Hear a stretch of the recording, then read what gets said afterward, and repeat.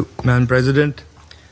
We would like to also join colleagues in thanking Director General Grossi and Under Secretary General DiCarlo for their briefings. Madam President, Pakistan strongly condemns unjustified and illegitimate aggression by Israel against the Islamic Republic of Iran. Pakistan stands in resolute solidarity with the brotherly people of Iran. We offer our sympathies and condolences on the loss of life and damages due to these heinous attacks. The Israeli military strikes violate the sovereignty and territorial integrity of Iran and clearly contravene the UN Charter and fundamental principles of international law. We unequivocally denounce these blatant provocations, which constitute a grave danger and a serious threat to the peace, security, and stability of the entire region and beyond, with serious implications. Iran has the right to self-defense under Article 51 of the UN Charter. Madam President, these attacks follow a dangerous pattern of Israeli irresponsible conduct marked by ongoing military operations in Gaza and repeated cross-border strikes in Syria, Lebanon, and Yemen, demonstrating a consistent and deliberate disregard for international norms. Israel's actions in the Middle East reflect a continuing pattern of unilateral militarism in flagrant violation of Article 2.4 of the UN Charter and represent acts of aggression as defined under General Assembly Resolution 3314 of 1974. Israel's serial breaches of sovereignty normalize impunity, erode the authority of the United Nations, and gravely undermine the international order. Such blatant aggression and contempt for international law has already had devastating consequences. In Gaza, tens of thousands of civilians have been killed as a result of Israeli military onslaught, and a humanitarian catastrophe has unfolded under an illegal blockade that has in fact been there for over 15 years. In Syria, Yemen, and Lebanon, Israeli airstrikes have repeatedly targeted sovereign territory, undermining regional stability and exacerbating tensions.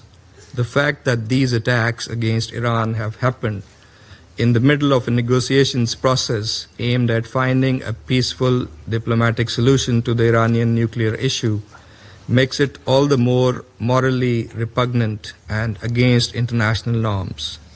These actions risk eroding the trust and sanctity of the negotiations process, so crucial for the peaceful settlement of these issues. Madam President, Pakistan reaffirms its support for the resolution of the Iranian nuclear issue through peaceful means, diplomatic engagement, and sustained dialogue. The JCPOA was an outcome of painstaking and arduous yet constructive negotiations. It charted a roadmap to comprehensively address the concerns of the parties involved by clearly defining their relevant obligations and responsibilities. The illegal use of force against Iran and the ensuing situation are likely to frustrate the ongoing diplomatic efforts and could destabilize a region that is already under very severe stress. The ongoing diplomatic contacts to reach a negotiated deal and other endeavors to promote regional peace and security must not be allowed to be appended. It is highly regrettable that these attacks have happened when the IAEA was continuing its verification activities in Iran. Such actions threaten the IAEA's technical work, which should be supported and not disrupted. Israel has violated international law, IAEA statute, and several IAEA resolutions by attacking the IAEA safeguarded facilities. In addition to serious violation of international law, these attacks risk setting a dangerous negative precedent and pose a grave threat to safety of populations in the region and around the globe. Pakistan, as an immediate neighbor of Iran, is therefore seriously concerned. Security Council Resolution 487 strongly affirmed such attacks as a clear violation of the UN Charter, the norms of international conduct, and a serious threat to the entire IAEA safeguard regime. We call on all parties, Madam President, to fulfill their respective obligations and responsibilities and avoid escalation. Even in these testing times, diplomatic engagement and dialogue must be prioritized. Clearly, the international community is in favor of peace and stability in the region. In a few days, next week, the international community, the UN membership, was to come together to express its will to chart the path for the Palestinian state as part of the two-state solution that would usher in the long-awaited, just, and durable peace in the Middle East.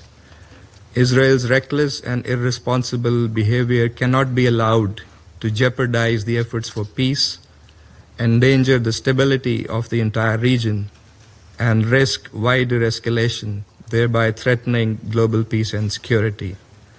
The Security Council bears primary responsibility to maintain international peace and security and to stop this aggression immediately. It must hold the aggressor accountable for its actions. This Council must deny Israel the free hand and the impunity with which it continues to operate in defiance of international law and international opinion.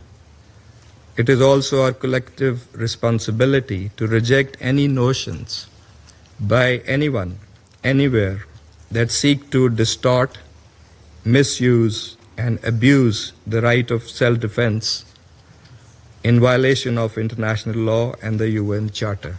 Finally, this Council must collectively muster the courage to take positions and adopt decisions that are in full conformity with the Charter of the United Nations.